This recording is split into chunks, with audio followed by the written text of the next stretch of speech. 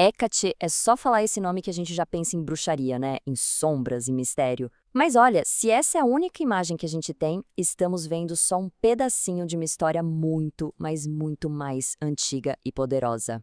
Então a questão que fica é: estamos falando de uma simples patrona da magia ou de uma força primordial com autoridade sobre a terra, o mar e o céu? Para a gente conseguir responder isso, precisamos viajar no tempo, muito antes da imagem que a gente conhece hoje. Nossa investigação vai começar pelas origens dela como uma titã, passar pelo papel como protetora, entender a transformação em Rainha da Noite e chegar até a Hecate que conhecemos hoje. Vamos juntos desvendar cada uma dessas faces. Para entender Hecate de verdade, nosso grande desafio é separar o que as fontes antigas realmente dizem das várias camadas que a ficção e o tempo foram adicionando. E pode acreditar, cada camada que a gente tira revela algo bem surpreendente. E aqui está a chave para desvendar esse enigma todo: o conceito de liminaridade. Pensa só: Hecate não governa o dia ou a noite, a vida ou a morte. Ela governa o crepúsculo, a passagem, o portão, a encruzilhada. É nesse espaço entre as coisas que reside todo o poder dela.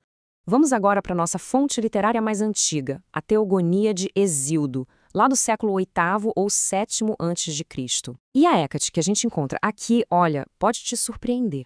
Primeiro, a linhagem dela. Hecate é uma titã. Mas ao contrário dos seus parentes, quando Zeus e os olimpianos tomaram o poder, ela não foi aprisionada, nem teve suas honras retiradas. Muito pelo contrário, seu status foi mantido e até ampliado pelo novo rei dos deuses. E o que Hesíodo faz questão de frisar é o imenso respeito de Zeus por ela. A citação é explícita.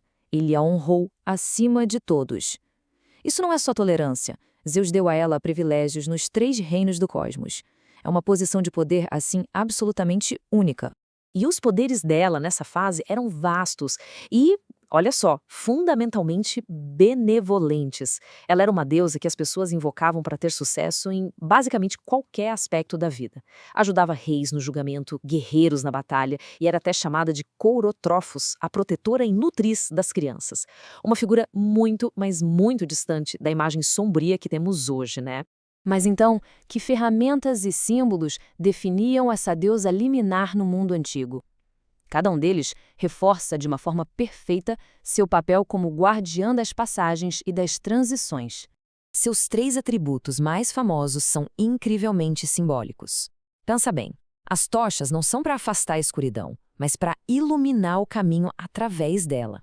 As chaves dão a ela controle sobre o acesso a todos os lugares, do mundo dos mortos ao conhecimento oculto. E os cães, que vivem nesse limiar entre a civilização e a natureza, eram seus sentinelas, capazes de ver o invisível. E esse poder todo se traduzia num papel muito prático do dia a dia. Como Propilaia, ela era a guardiã do lar.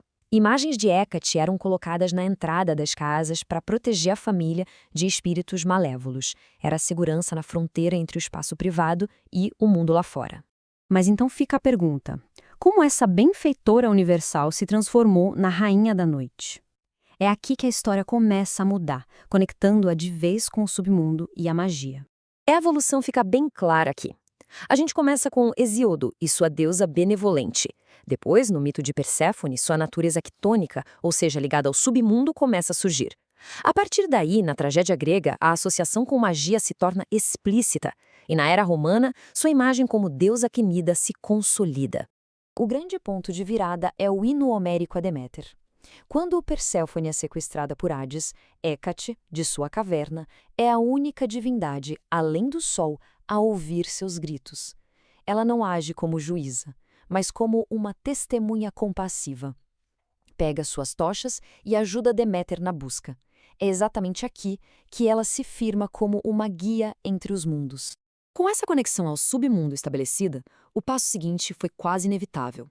Na literatura clássica, figuras poderosas e ambíguas como Medeia, mestra na arte da farmaqueia, que é o uso de ervas e poções para cura e veneno, foram ligadas a Hecate. Ela passou a ser vista como a fonte desse conhecimento marginal e poderoso. Agora, a associação dela com o feminino é um território complexo. É fundamental separar a autonomia que ela representava na antiguidade das releituras do século XX. São 2 coisas bem diferentes. E aqui a diferença fica muito clara. Na antiguidade, a autonomia dela vinha por ser uma deusa sem um parceiro masculino para validar seu poder. Sua forma tríplice era sobre vigilância numa encruzilhada. Já o arquétipo moderno da deusa tríplice, donzela, mãe e anciã, é uma construção do século XX, popularizada por movimentos neopagãos. E o mesmo vale para a ideia de trabalho de sombra. Então, o ponto crucial é este. A imagem de Hecate como a anciã sábia, embora seja poderosa simbolicamente hoje, não tem base nas fontes antigas. Suas representações artísticas e literárias a mostravam como uma donzela ou uma mulher madura e forte, frequentemente com tochas, nunca como uma idosa. Chegamos, então, à síntese. Se ela não é nem apenas uma benfeitora, nem apenas uma feiticeira, o que a torna tão resiliente e fascinante ao longo de milênios? A resposta é que ela nunca foi sobre ser uma coisa ou outra. Ela é a deusa do processo, da transição. Seu poder não está nos reinos, mas nas fronteiras entre eles. Ela não é uma contradição. Ela é a própria personificação da liminaridade. Ela incorpora essas dualidades porque toda transição contém ambos os lados. Ela é a proteção na porta de casa e a incerteza na encruzilhada. A luz que guia e a escuridão que precisa ser atravessada. Ela supervisiona a passagem entre o mundo dos vivos e o reino dos mortos.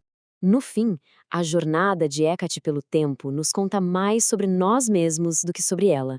A forma como sua imagem mudou reflete o que cada sociedade valorizava ou temia, de um poder titânico honrado, passando por uma magia marginalizada, até se tornar um símbolo moderno de autonomia e conhecimento interior.